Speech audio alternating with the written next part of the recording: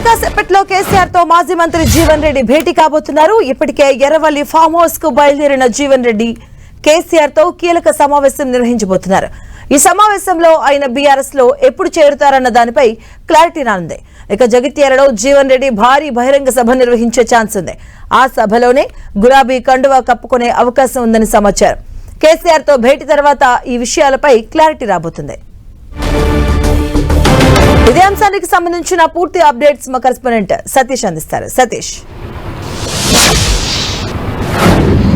Yes Madhavi, జగిత్యాల్లో Jeevan Reddy political episode అంతా కూడా చాలా ఆసక్తిగా మారుతుంది. నిన్న కేటీఆర్ రావడం జరిగింది. బీఆర్ఎస్లోకి రావాలంటూ జీవన్ రెడ్డిని ఆహ్వానించిన నేపథ్యంలో కేసీఆర్తో కలిసి తర్వాత ఒక సమావేశం నిర్వహించి ఎప్పుడు చేరే అంశం పైన స్పష్టత అని చెప్పి జీవన్ రెడ్డి నిన్న ప్రకటించారు. ప్రకటించినటువంటి కొన్ని గంటల్లోనే ఈ రోజు జీవన్ రెడ్డి ఎర్రవెల్లి ఫామ్ హౌస్కు మరికాసేపట్లో బయలుదేరబోతున్నారు. కేసీఆర్ను కలిసిన తర్వాత అక్కడ ఇద్దరు కూడా రాజకీయ పరమైనటువంటి అంశాలతో భేటీ జరిగే అవకాశం ఉంది. జీవన్ రెడ్డి అదేవిధంగా కేసీఆర్ వీరిద్దరు 81 ప్రాంతంలో వీరిద్దరు కూడా కలిసి కొంత రాజకీయ పొలిటికల్ జర్నీ చేశారు. ఆ జర్నీలో వీరిద్దరి సాన్నిహిత్యం ఉన్నట్టుగా జీవన్ రెడ్డి కూడా ప్రస్తావించడం జరిగింది. ప్రస్తుతం జీవన్ రెడ్డి కాంగ్రెస్ పార్టీ వీడిన తర్వాత బీఆర్ఎస్లో చేరినట్టు డిసైడ్ అయ్యారు. అయితే పార్టీలో ఎప్పుడు చేరుతారు అనే అంశం కూడా ఈరోజు కేసీఆర్తో భేటీ తర్వాత జీవన్ రెడ్డి ఒక స్పష్టత ఇచ్చే అవకాశం మాత్రం ఉందని చెప్పుకోవచ్చు. ఈరోజు జీవన్ రెడ్డి అదేవిధంగా కేసీఆర్ భేటీ ఇద్దరు కూడా రాజకీయంగా చాలా ప్రాధాన్యత సంతరించుకుంటుంది.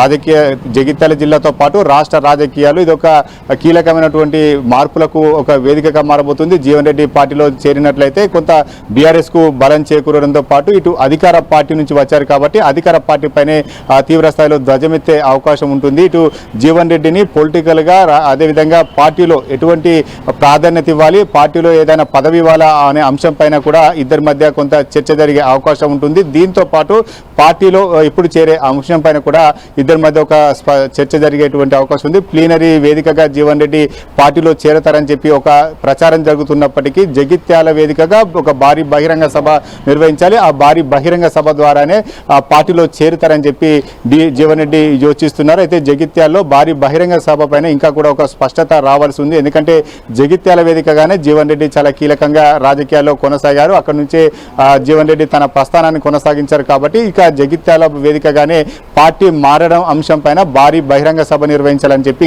జీవన్ రెడ్డి భావిస్తున్నారు. తన అనుచర వర్గంతో పాటు తన సత్తా ఏంటో చూపెట్టాలి, కాంగ్రెస్ పార్టీకి తన ఏంటో రుచి చూపెట్టాలి అనే భావనలో జీవన్ రెడ్డి ఉన్నారు. ఇక కాంగ్రెస్ పార్టీని ఓడించడమే తన లక్ష్యంగా పనిచేస్తానని చెప్పి జీవన్ రెడ్డి చెప్పుకొస్తున్న నేపథ్యంలో జగిత్యాల మాత్రం ఖచ్చితంగా ఒక భారీ బహిరంగ సభ నిర్వహించాలి. ఆ భారీ బహిరంగ సభ వేదిక అదేవిధంగా కేసీఆర్ సమక్షంలోనే అక్కడే బీఆర్ఎస్ పార్టీలో చేరని చెప్పి జీవన్ రెడ్డి నిర్ణయించుకున్నట్టుగా తెలుస్తుంది. అయితే దీనికి కేసీఆర్ ఓకే చెప్తారా లేదా పార్టీ ప్లీనరీ తర్వాత పార్టీ ప్లీనరీ ముగింపు సభలోనే జీవన్ రెడ్డిని ఒకవేళ పార్టీలో చేర్చుకుంటారనేది మాత్రం ఒక స్పష్టత రావాల్సి ఉంది. అయితే ప్రస్తుతం అయితే జీవన్ రెడ్డి మరికాసేపట్లోనే కేసీఆర్ను కలవబోతున్నారు. ఇటు కేసీఆర్ను కలిసిన తర్వాత దాదాపు వీరిద్దరి సమావేశం కొనసాగుతుంది. ఆ సమావేశంలో ఎటువంటి రాజకీయ అంశాలు వీరి మధ్య చర్చకు వస్తాయనేది మాత్రం కొంత ఆసక్తి రేపుతుందని చెప్పుకోవచ్చు. ప్రస్తుతం అయితే రాష్ట్రంలో చోటు చేసుకున్నటువంటి రాజకీయ పరిణామాల నేపథ్యంలో జీవన్ రెడ్డి బీఆర్ఎస్ గూటికి చేరడం మాత్రం ఆ పార్టీకి కొంత కలిసి వచ్చే అవకాశం ఉన్నట్టు రాజకీయ వర్గాలు విశ్లేషిస్తున్నాయి. ఈ నెల 13నే జీవన్ రెడ్డి జగిత్యాల్లో ఒక బహిరంగ సభ నిర్వహించేందుకు ప్లాన్ చేస్తున్నారు. ఒకవేళ 13 తారీఖు అనుకున్నట్లయితే జగిత్యాలకు కేసీఆర్ వచ్చే అవకాశం ఉంటుంది. బీఆర్ఎస్ భారీ బహిరంగ సభ కూడా జగిత్యాల వేదిక నిర్వహించే అవకాశం కూడా ఉంటుంది. మొత్తానికైతే జీవన్ రెడ్డి రాజకీయంగా బీఆర్ఎస్ పార్టీలో ఎటువంటి పదవి రాబోతుంది, అదేవిధంగా ఎప్పుడు జాయిన్ కాబోతున్నారు అనేది మాత్రం మరికాసేపట్లోనే స్పష్టత వచ్చే అవకాశం ఉంది. మాధవి. సతీష్, అంటే జీవన్ రెడ్డి బీఆర్ఎస్ లో చేరిక బీఆర్ఎస్ కు ఎంతవరకు ప్లస్ చేకూరే అవకాశం ఉంటుంది? ఎందుకంటే అసెంబ్లీ ఎన్నికల తర్వాత జిల్లాల్లో క్షేత్రస్థాయిలో పట్టు కోసం బీఆర్ఎస్ విశ్వ ప్రయత్నాలు చేస్తుంది. సో ఈ నేపథ్యంలో జీవన్ రెడ్డి చేరిక ఎంతవరకు ప్లస్ అవుతుంది?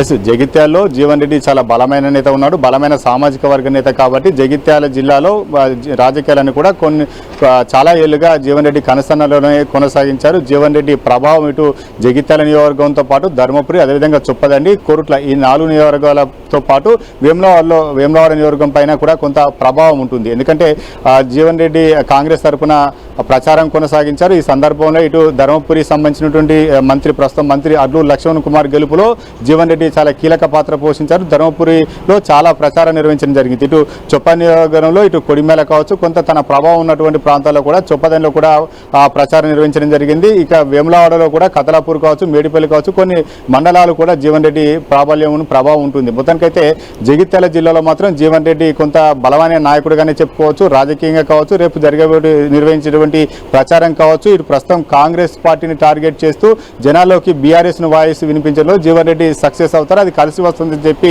బీఆర్ఎస్ లెక్కలు వేసుకుంటుంది. ఇవన్నీ కూడా జీవన్ రెడ్డి రూపంలో ఒకవేళ బీఆర్ఎస్ కు కలిసి వచ్చే అవకాశాలు మాత్రమే కనిపిస్తున్నాయి. రాబోయే ఎన్నికలను దృష్టిలో పెట్టుకుని బీఆర్ఎస్ లో జీవన్ రెడ్డి చేర్చుకున్నట్లుగా వార్తలు వస్తున్నాయి. ప్రస్తుతం అదే సిచ్యువేషన్ కూడా కనిపిస్తుంది. మొత్తానికైతే జీవన్ రెడ్డి చేరికతో ఇటు జగిత్యాల జిల్లాలో మాత్రం కొంత పొలిటికల్ సినారో మాత్రం మారబోతుంది అనేది మాత్రం స్పష్టమవుతుంది. బలమైన నాయకుడు, అదేవిధంగా చాలా రాజకీయ అనుభవం ఉన్నది. దీంతో పాటు ప్రభుత్వాన్ని ఏ రకంగా ఇరకాటంలో పెట్టాలో అంశం పైన చాలా స్పష్టత ఉన్నటువంటి నేత కాబట్టి ఈ అంశాలను కూడా బీఆర్ఎస్ కలిసి వస్తుందని భావిస్తున్నారు. దీంతో పాటు జగిత్యాల జిల్లాలో అదేవిధంగా నిజామాబాద్ పార్లమెంట్ పరిధిలో జీవన్ రెడ్డి వంటి బలమైన నేతను ఇటు ఎమ్మెల్యే అభ్యర్థిగా ఉపయోగించుకోవచ్చు, రేపు రానున్న రోజుల్లో భవిష్యత్తుగా ఎంపీ అభ్యర్థిగా ఉపయోగించుకోవచ్చు. రెండు రకాలుగా ఒకవేళ బీఆర్ఎస్ కు కొంత అనుకూలం ఇస్తుంది కాబట్టి జీవన్ రెడ్డి చేరిక అనేది కొంత బీఆర్ఎస్ కు కలిసి వస్తుందని చెప్పుకోవచ్చు. రాబోయే రోజుల్లో జీవన్ రెడ్డికి ఎలాంటి ప్రయారిటీ ఉంటుంది, పార్టీలో ఎలాంటి పదవులు ఉంటాయని మాత్రం వేచి చూడాలి. ఈ రోజు మధ్యాహ్నం మాత్రం జీవన్ రెడ్డి ఎప్పుడు పార్టీలో చేరబోతున్నారని మాత్రం ఒక స్పష్టత వచ్చే అవకాశం ఉంది. Madhavi. Right, thank you Satish.